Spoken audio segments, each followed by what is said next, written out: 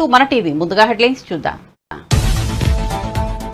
AP assembly ఎన్నికల్లో ప్రభంజనం సృష్టించిన కూటమి. మొత్తం 175 స్థానాలకు 164 స్థానాలు గెలిచిన కూటమి. జూన్ 12న ఏపీ సీఎంగా చంద్రబాబు ప్రమాణ స్వీకారం. రేపు గవర్నర్ కు లేఖ అందించనున్న కూటమి ఎమ్మెల్యేలు.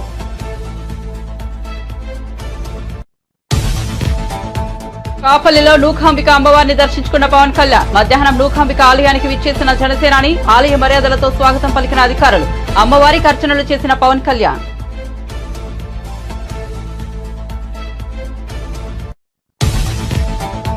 డిఎస్సీ ద్వారా త్వరలో టీచర్ పోస్టులు భర్తీ చేస్తామన్న సీఎం రేవంత్ రెడ్డి. వందేమాతరం ఫౌండేషన్ ఆధ్వర్యంలో నిర్వహించిన కార్యక్రమంలో పాల్గొన్న సీఎం. వందేమాతరం ఫౌండేషన్ ప్రభుత్వ పాఠశాలను ప్రోత్సహిస్తోందని ప్రశంస. ఒక్కో విద్యార్థిపై ప్రభుత్వం 80,000 ఖర్చు చేస్తోందన్న ముఖ్యమంత్రి. పీఎంఎంఓలో మోదీ తొలి సంతకం. కిసాన్ నిధుల విడుదలకు సంబంధించిన ఫైల్పై తొలి సంతకం. 9.3 కోట్ల రైతుల ఖాతాల్లో 20,000 కోట్లు. రైతుల సంక్షేమానికి మోదీ తొలి ప్రాధాన్యం.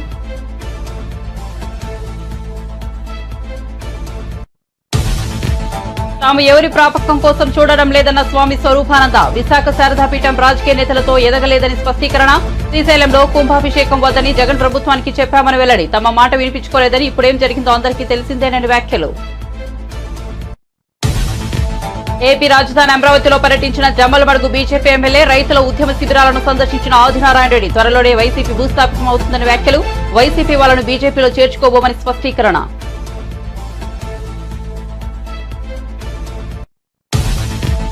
వైసీపీకి గుడ్ బై చెప్పిన నెల్లూరు మేయర్ స్రవంతి. తాము ఈ స్థాయిలో ఉండడానికి కోటంరెడ్డి శ్రీధర్ రెడ్డి కారణమన్న స్రవంతి దంపతులు. గతంలో తాము ఆయన వెంట టీడీపీలోకి వెళ్లలేకపోయామని విచారం. ఇప్పుడు కోటంరెడ్డి తమను హక్కును చేర్చుకోవాలని స్రవంతి విజ్ఞప్తి. ప్రజలు ఓడించిన జగన్ రక్త చరిత్ర ఆపడం లేదన్న లోకేష్. కర్నూలు టీడీపీ నేత గౌరీనాథ్ హత్యపై ఎమ్మెల్యే వ్యాఖ్యలు. హంతకులను వదిలేది లేదని సీరియస్ వాణి. వైసీపీ దాడులకు చెక్ పెడతామని ప్రజలకు హామీ.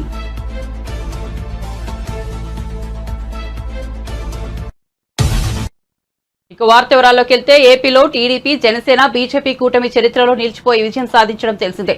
ఏపీలో మొత్తం అసెంబ్లీ స్థానాలు 175 కాగా కూటమి ప్రపంచం సృష్టిస్తూ ఏకంగా 164 స్థానాల్లో జయభేరి మోగించింది. టీడీపీ 135, జనసేన 21, బీజేపీ 8 స్థానాల్లో గెలిచాయి. ఈ నేపథ్యంలో టీడీపీ అధినేత చంద్రబాబు జూన్ 12న ఏపీ ముఖ్యమంత్రిగా ప్రమాణ స్వీకారం చేయనున్నారు. దీనికి ముందుగా జూన్ 11 చంద్రబాబును కూటమి ఎమ్మెల్యేలు శాసనసభాపక్ష నేతగా ఎన్నుకోనున్నారు.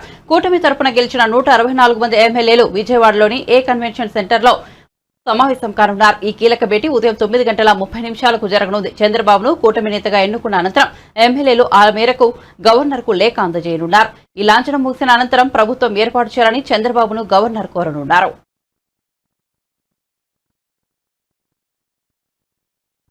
జనసేనాని పవన్ కళ్యాణ్ కు ఏపీ డిప్యూటీ సీఎం పదవి ఖాయమంటూ ప్రచారం జరుగుతోంది. రాష్ట్ర అసెంబ్లీ ఎన్నికల్లో పవన్ కళ్యాణ్ పిఠాపురం నియోజకవర్గం నుంచి భారీ మెజార్టీతో విజయం సాధించడం తెలిసిందే.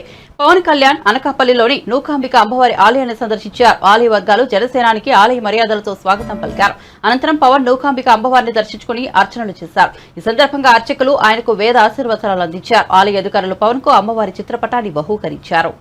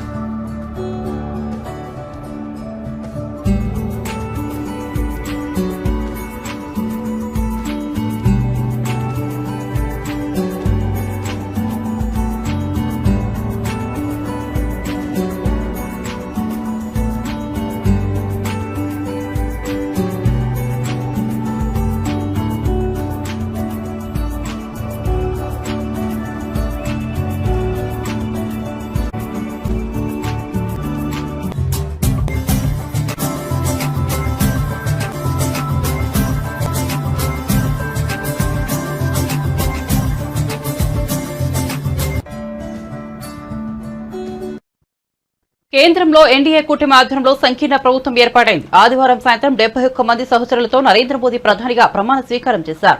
సోమవారం ప్రధానమంత్రి కార్యాలయంలోకి అడుగుపెట్టిన మోదీ రైతుల సంక్షేమానికి తొలి ప్రాధాన్యతనిచ్చారు. పీఎం కిసాన్ నిధుల విడుదలకు సంబంధించిన ఫైల్పై తొలి సంతకం పెట్టారు. ఈ మేరకు ప్రధానమంత్రి కార్యాలయం ఓ వీడియోను విడుదల చేసింది. ముచ్చటగా మూడోసారి పీఎంఓలో అడుగు పెడుతున్న మోదీకి కార్యాలయ సిబ్బందితో పాటు పలువురు నేతలు ఘనస్వాగతం పలికారు. ఇరువైపులా నిల్చుని సంప్రదాయబద్దంగా నమస్కరిస్తూ మోదీకి స్వాగతం చెప్పారు. సిబ్బంది అందరికీ నమస్కరిస్తూ మోదీ ప్రధానమంత్రి కార్యాలయంలోకి అడుగు పెట్టడం వీడియోలో చూడొచ్చు.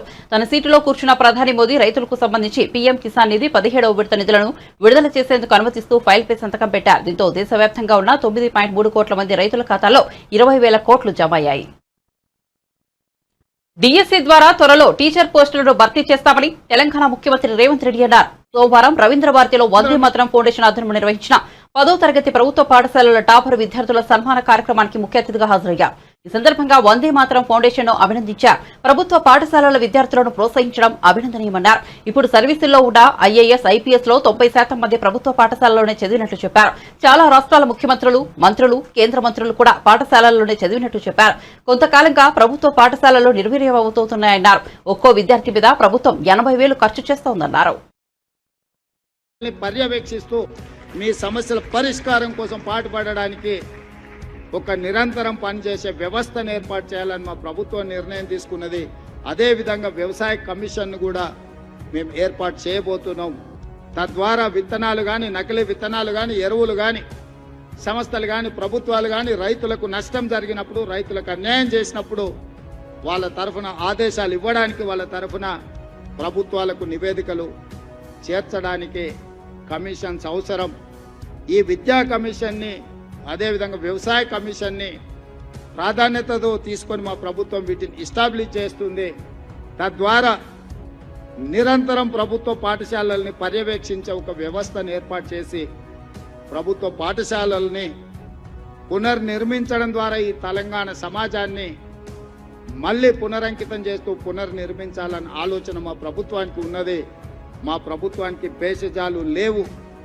ఎవరైనా అనుభవజ్ఞులు ఏదైనా మా ప్రభుత్వం దృష్టికి తీసుకొస్తే తప్పకుండా వాటిని ఆచరించడానికి, అమలు చేయడానికి మా ప్రభుత్వం ఎప్పుడూ సిద్ధంగా ఉంటుంది. అన్నీ మాకు తెలుసన్న ఆలోచన మా ప్రభుత్వానికి లేదు. ఎవరైనా ఇందులో ప్రత్యేకంగా స్టడీ చేసిన రిపోర్ట్స్ కానీ, నివేదికలు కానీ, సజెషన్స్ కానీ మా ప్రభుత్వానికి ఏమి ఇవ్వాలనుకున్నా ఎల్లవేళలా మా అధికారులు అందుబాటులో ఉంటారు. మా అధికారుల దృష్టికి తీసుకొస్తే నేను కూడా వాళ్ళు సూచించిన వ్యక్తులను, సంస్థల్ని కలవడానికి నాకు ఎలాంటి అభ్యంతరం లేదు. అందుకే ఈరోజు మిమ్మల్ని అందరినీ ప్రత్యేకంగా కలిసిన సందర్భంగా నాకు చాలా సంతోషం అనిపించింది. ప్రభుత్వ పాఠశాలల్లో కూడా ప్రతిభ కలిగిన విద్యార్థులు ఉన్నారంటే మీ విద్యార్థులు, మా విద్యార్థులు, మా ప్రభుత్వం తరఫున ఈ రాష్ట్రానికి గౌరవం తెచ్చిన విద్యార్థులు. మళ్ళొకసారి విద్యార్థులకు ఇక్కడికి వచ్చిన 230 మంది అనుకుంటాను విద్యార్థులు ఇక్కడికి వచ్చిండ్రు. మీకు అందరికీ మనస్ఫూర్తిగా అభినందనలు తెలియజేస్తూ, ఇంతకుముందు ఫ్రీ అడ్మిషన్ అనేది అన్నారు, మరి అది ఇంటర్వ్యూసా ఫ్రీనా నాకు అర్థం కాలే. మా బుర్ర వెంకటేశం గారికి నేను ఆదేశాలు ఇస్తున్నా, ఈ 10/10 వచ్చిన విద్యార్థులకు ఫ్రీ అడ్మిషన్స్ కావాలని వాళ్ళు ఒక సూచన చేసిండ్రు. అదేందో నోట్ చేసుకొని వాళ్ళ ఫీ గవర్నమెంట్ పే చేయాలన్నా మాకు అభ్యంతరం లేదు. రెసిడెన్షియల్ కాలేజీలలో వాళ్ళ అడ్మిషన్లు అయినా తక్షణమే ఆ అడ్మిషన్స్ ఎట్లా వాళ్ళకి ఇప్పించాలనో మా సెక్రటరీ గారు ఇమ్మీడియట్గా దాని మీద దృష్టి పెట్టాలి. భవిష్యత్తులో కూడా ఈరోజు 10/10 సాధించిన విద్యార్థులకు నా సూచన, మళ్ళీ ఇంటర్మీడియట్లో కూడా స్టేట్ ర్యాంక్స్ తీసుకొని రావాలి. చాలామంది 10th క్లాస్లో బాగా వస్తారు, బాగా చదువుకున్నామని ఇంటర్లో జాయిన్ కాగానే కొంత విద్య పట్ల నిర్లక్ష్యం వహిస్తారు. ఈ 10th క్లాస్లో వచ్చిన గవర్నమెంట్ స్టూడెంట్స్ అందరూ ఇంటర్మీడియట్లో కూడా 12th క్లాస్లో కూడా మీరు మంచిగా రాణించాలి. మీరు భవిష్యత్తులో డాక్టర్లు, లాయర్లు, ఇంజనీర్లు, ఐఏఎస్లు, ఐపీఎస్లు కావాలని మేము ఆకాంక్షిస్తూ మీ అందరికీ ఈ ప్రభుత్వం అండగా నిలబడుతుంది. సమస్యల్ని పరిష్కరిస్తాం. ఉన్న సమస్యలు, నిరంతరంగా ఉండే సమస్యలు, వీలైనంత మేరకు మీ సమస్యలు పరిష్కరించి మీకు మా ప్రభుత్వం ఉన్నది, ప్రజాప్రభుత్వం ఉన్నది, ఈ రాష్ట్రంలో ప్రజాపాలన జరుగుతున్నదనే నమ్మకం, విశ్వాసం కల్పించే విధంగా మా ప్రభుత్వం ముందుకు వెళ్తుందని తెలియజేస్తూ మీ అందరి దగ్గర సెలవు తీసుకుంటున్నాను. జై హింద్. తాము ఎవరి ప్రాపకం కోసం చూడడం లేదని, ఇది భక్తులతో ఎదిగిన పీఠమని, రాజకీయ నాయకులతో ఎదిగిన పీఠం కాదని విశాఖ శారదా పీఠం అధిపతి స్వామి స్వరూపానందేంద్ర సరస్వతి స్పష్టం చేశారు. ఎవరి ముందు చేయి చాచే పరిస్థితి తమకు లేదని అన్నారు. ఇది ఒక ఆధ్యాత్మిక పీఠమని, ధర్మం కోసమే తాము పనిచేస్తామని ఉద్ఘాటించారు. గత 4 ఏళ్ల నుంచి మేం ప్రెస్ మీట్ పెట్టలేదు. ఇదే మొదటిసారి. రాష్ట్రంలో ప్రభుత్వం మారింది. భారతదేశానికి దిశానిర్దేశం చేస్తున్న బీజేపీ మూడోసారి అద్భుతంగా గెలుపొందింది.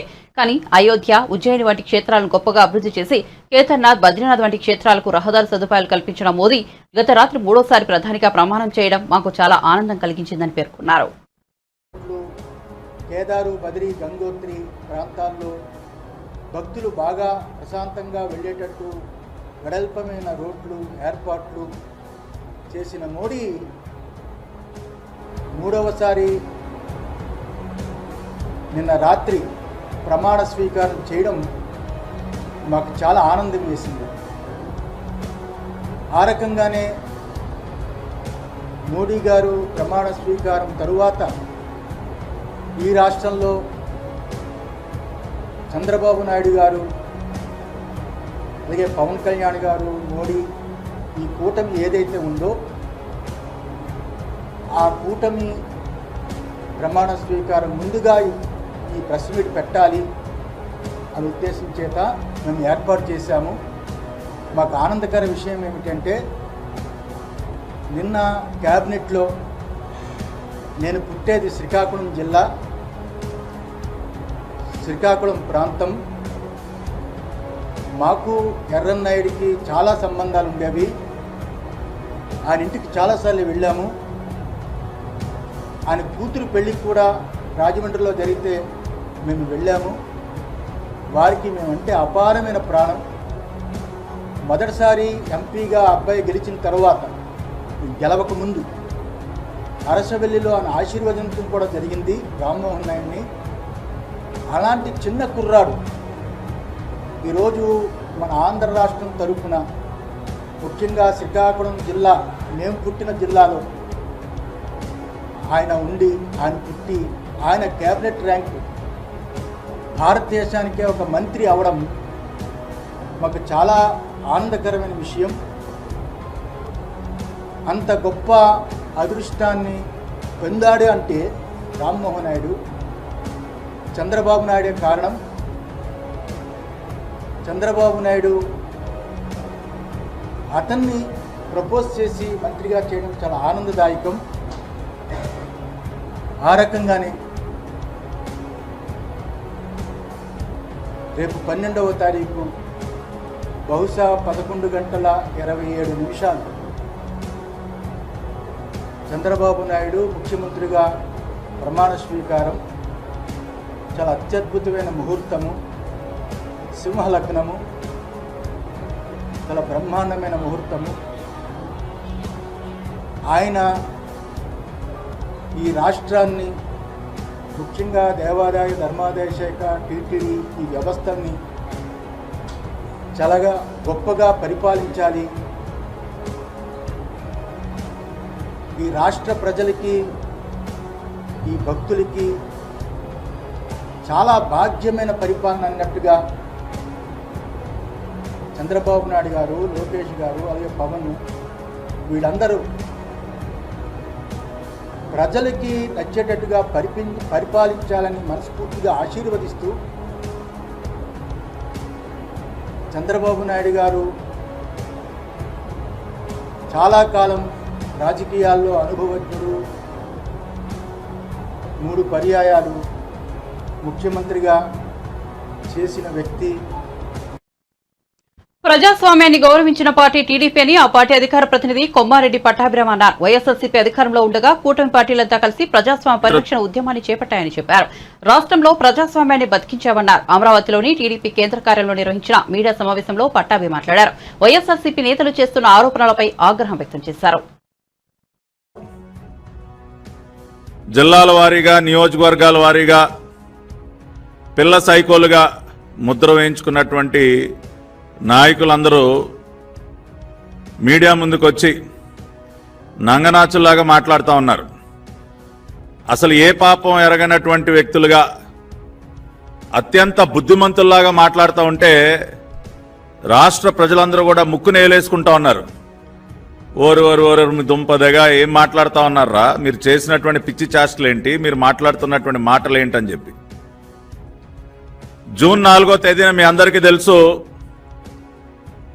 రాష్ట్రంలో ప్రతి ఊర్లో కూడా ఒక దీపావళి పండుగ జరుపుకున్నారు. ఒక నియంత పాలనకి ముగింపు పలికిన రోజు, రాష్ట్రానికి తిరిగి స్వాతంత్రాన్ని అందించినటువంటి రోజు జూన్ 4, 2024 చరిత్రలో నిలిచిపోతుంది. ఆ రోజున పెద్ద ఎత్తున ఉత్సవాలు సంబరాలు జరుపుకున్నారు. ఈ రోజుకి కూడా ఆ పండుగ వాతావరణం ఆగలేదు. జూన్ 12 కోసం ఎదురు చూస్తూ ఉన్నారు. ఈ రోజున నారా చంద్రబాబు నాయుడు అనే నేను అన్న వాక్యాన్ని వినడం కోసం ఎన్నో రోజులుగా తపిస్తున్నటువంటి రాష్ట్ర ప్రజలు జూన్ 12 ఉదయం 11:27 నారా చంద్రబాబు నాయుడు అనే నేను అన్న వాక్యాన్ని వినబోతున్నారు. ఆ రోజున తిరిగి ఒక సంక్రాంతి పండుగ జరుపుకోవటానికి సంసిద్ధులవుతా ఉన్నారు ప్రజలందరూ కూడా. రాష్ట్రంలో వాతావరణం ఈ విధంగా ఉంటే ఈ పిల్ల సైకో మోకొచ్చి మీడియా ముందుకు వచ్చి అప్పుడే ఆడవటం మొదలెట్టారు. అయ్యో అమ్మో మా పైన దాడులు చేస్తా ఉన్నారు, మమ్మల్ని చితగొడతా ఉన్నారు అని రకరకాల డ్రామాలు అప్పుడే మొదలు పెట్టేశారు. కానీ జరుగుతున్నటువంటి వాస్తవాలు ఏంటో ఒకసారి గమనిస్తే, నిన్న కర్నూలు జిల్లాలో బొమ్మిరెడ్డిపల్లిలో మా పార్టీ నాయకుడు గిరినాథ్ చౌదరి గారిని అత్యంత కిరాతకంగా నడి రోడ్డు మీద హత్య చేశారు వైసీపీ సైకో మోకలు.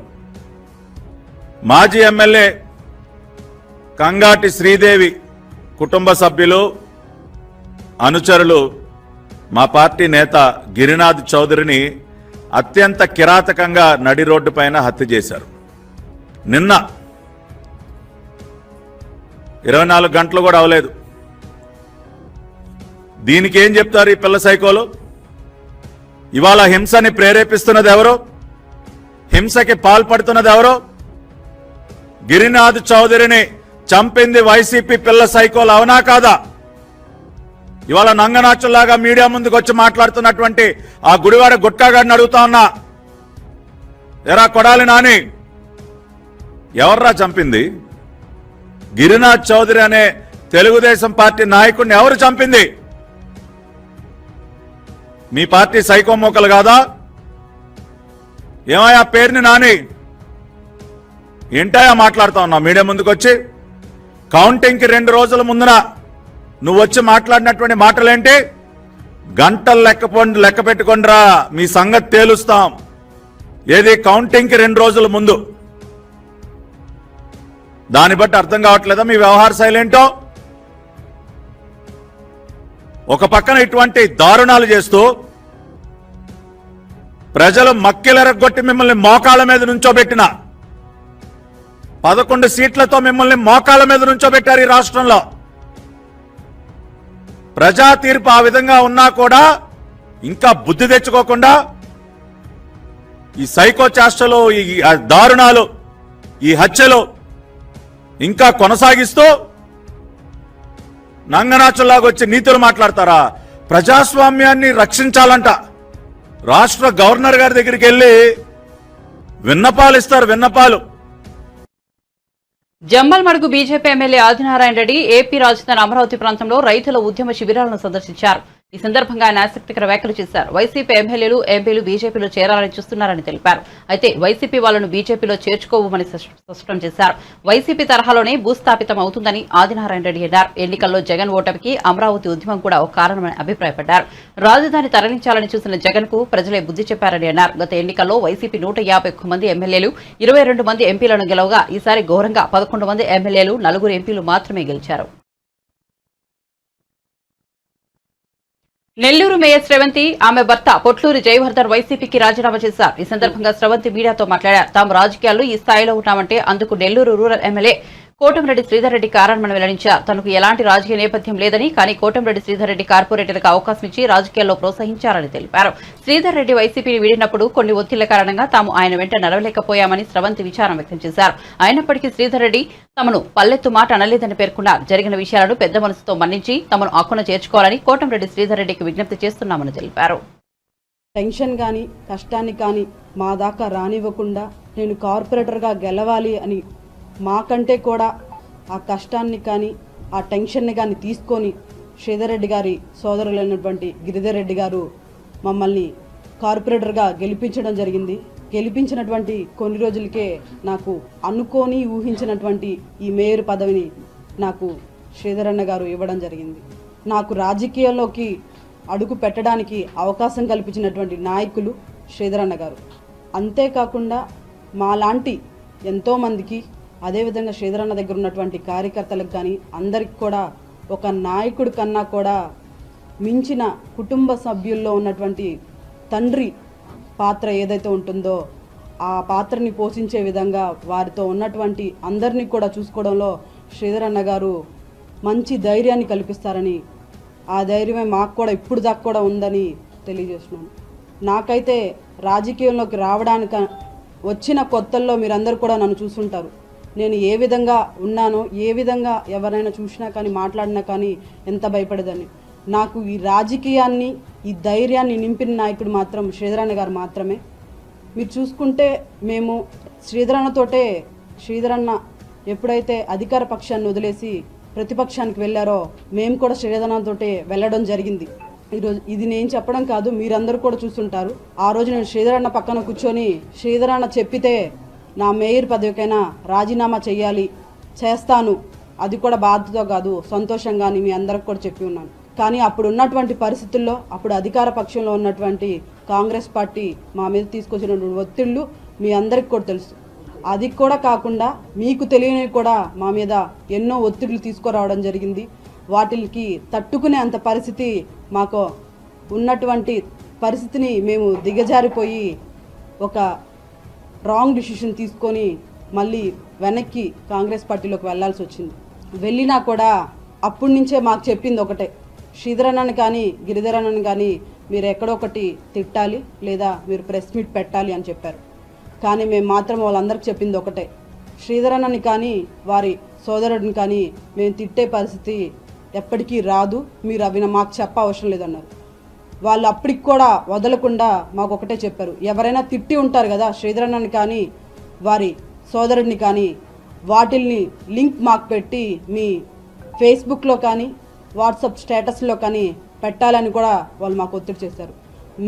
మాకు శ్రీధర్ అన్న మీద ఉన్నటువంటి అభిమానం మేము ఎప్పుడు ఆ పని చేయడానికి మేము ఎప్పుడు ఆలోచించలేదు. శ్రీధర్ అన్నను తిట్టడానికి కానీ ఆయన గురించి చెడ్డగా అనుకోవడానికి కూడా మేము ఎప్పుడు ఆలోచన చేయలేదని మీ అందరికి కూడా తెలియజేసినాను.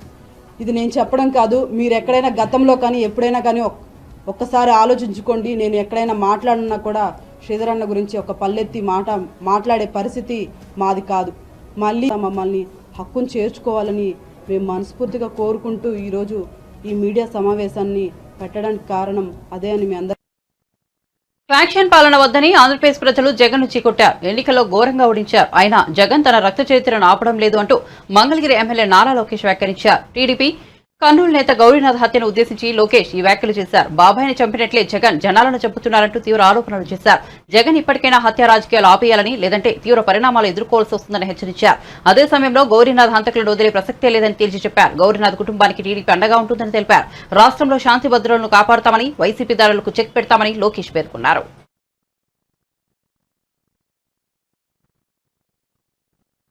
ప్రముఖ నటుడు హిందూపురం ఎమ్మెల్యే నందమూరి బాలకృష్ణ తన పుట్టినరోజు సందర్భంగా సూగూరు ఆంజనేయ స్వామిని దర్శించుకున్నారు. ఆలయ సిబ్బంది ఆయనకు స్వాగతం పలికారు.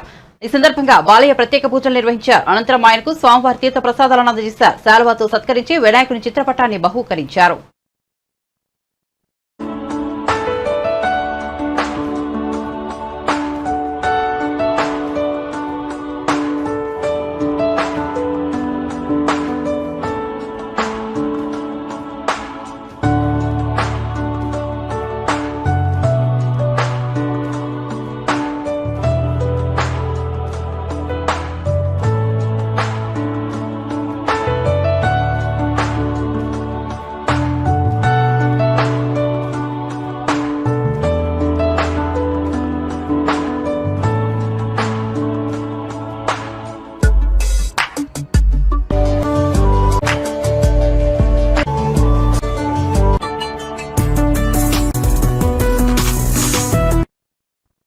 ఆంధ్రప్రదేశ్లోని మద్యం ప్రియులకు ఇది బ్రహ్మాండమైన శుభవార్తే. గత 5 ఏళ్లుగా బ్రాండెడ్ మద్యం కోసం కళ్ళు కాయలు కాచేలా ఎదురుచూసిన వారి ఆశలు ఫలించాయి. ప్రభుత్వం మారడంతో బ్రాండెడ్ మద్యం మళ్లీ దిగుమతి అవుతోంది. కొత్త స్టాక్తో మద్యం దుకాణాలు కలకలలాడుతున్నాయి. తాజాగా కింగ్ ఫిషర్ బీర్లు గోడౌన్లకు చేరుకున్నాయి. గోదాములోని లారీల నుంచి బీర్లను అన్లోడ్ చేస్తున్న వీడియోను టీడీపీ అధికార ప్రతినిధి ఆనం వెంకటరమణారెడ్డి తన ఎక్స్ ఖాతాలో పంచుకున్నారు. ఏపీ నుంచి మాయమైపోయిన బీర్లు మళ్లీ వచ్చాయని ఆయన దానికి క్యాప్షన్ తగిలించారు. ఈ వీడియోపై నెటిజన్లు సంతోషం వ్యక్తం చేస్తూ కామెంట్లు పెడుతున్నారు. కింగ్ ఫిషర్ ఒకటే కాదని పలానా బ్రాండ్లు కావాలంటూ వాటి లిస్టు కూడా పెడుతున్నారు. దీనికి స్పందించిన ఆనం త్వరలోనే అన్ని మద్యం బ్రాండ్లు దొరుకుతాయని పేర్కొన్నారు. మరోవైపు ఇష్టమైన మద్యం మళ్లీ అందుబాటులోకి వస్తుండటంతో నెటిజన్లు మీమ్స్ తో సెలబ్రేట్ చేసుకుంటున్నారు.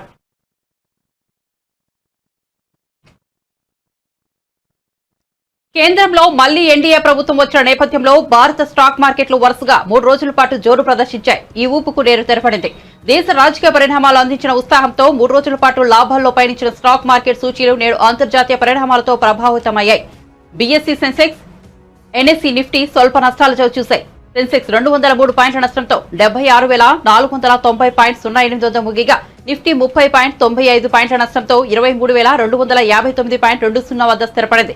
సెన్సెక్స్ ఈ ఉదయం ట్రేడింగ్ ఆరంభంలో 77,079.04 వద్ద రికార్డు గరిష్టాన్ని తాకింది. ట్రేడింగ్ కొనసాగే కొద్దీ లావాదేవీలు మందగించాయి. ఇవాల్టి ట్రేడింగ్ లో UltraTech cement, Grasim industries, hero motor cars లాభాలు ఆర్జించగా టెక్ మహీంద్రా, విప్రో, ఇన్ఫోసిస్ షేర్లు పతనమయ్యాయి. బులెటిన్ ముగించే ముందు హెడ్లైన్స్ మరోసారి చూద్దాం. ఏపీ అసెంబ్లీ ఎన్నికల్లో ప్రభంజనం సృష్టించిన కూటమి. మొత్తం 175 స్థానాలకు 164 స్థానాలు గెలిచిన కూటమి. జూన్ 12న ఏపీ సీఎంగా చంద్రబాబు ప్రమాణ స్వీకారం. రేపు గవర్నర్ కు లేఖ అందించనున్న కూటమి ఎమ్మెల్యేలు.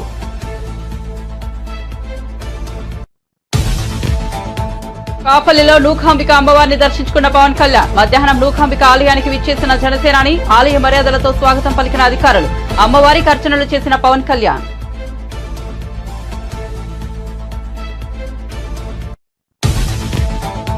డిఎస్సీ ద్వారా త్వరలో టీచర్ పోస్టులు భర్తీ చేస్తామన్న సీఎం రేవంత్ రెడ్డి. వందే మాతరం ఫౌండేషన్ ఆధ్వర్యంలో నిర్వహించిన కార్యక్రమంలో పాల్గొన్న సీఎం. వందే మాతరం ఫౌండేషన్ ప్రభుత్వ పాఠశాలను ప్రోత్సహిస్తోందని ప్రశంస. ఒక్కో విద్యార్థిపై ప్రభుత్వం 80,000 ఖర్చు చేస్తోందన్న ముఖ్యమంత్రి. పీఎంఎంఓలో మోదీ తొలి సంతకం. కిసాన్ నిధుల విడుదలకు సంబంధించిన ఫైల్పై తొలి సంతకం. 9.3 కోట్ల రైతుల ఖాతాల్లో 20,000 కోట్లు. రైతుల సంక్షేమానికి మోదీ తొలి ప్రాధాన్యం.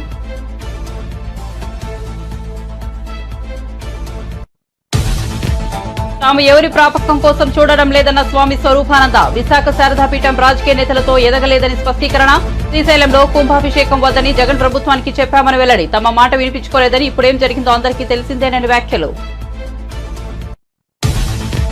ఏపీ రాజధాని అమరావతిలో పర్యటించిన జమ్మలమడుగు బీజేపీ ఎమ్మెల్యే. రైతుల ఉద్యమ శిబిరాలను సందర్శించిన ఆదినారాయణ రెడ్డి. త్వరలోనే వైసీపీ భూస్థాపితం అవుతుందని వ్యాఖ్యలు. వైసీపీ వాళ్ళను బీజేపీలో చేర్చుకోబోమని స్పష్టీకరణ.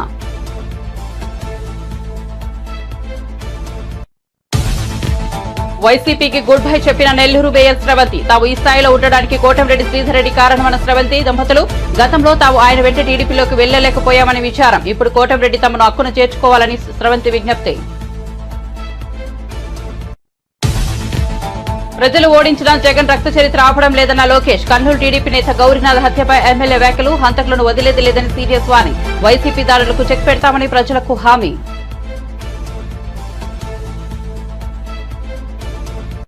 మరిన్ని అప్డేట్స్ కోసం చూస్తూనే ఉండండి మన టీవీ.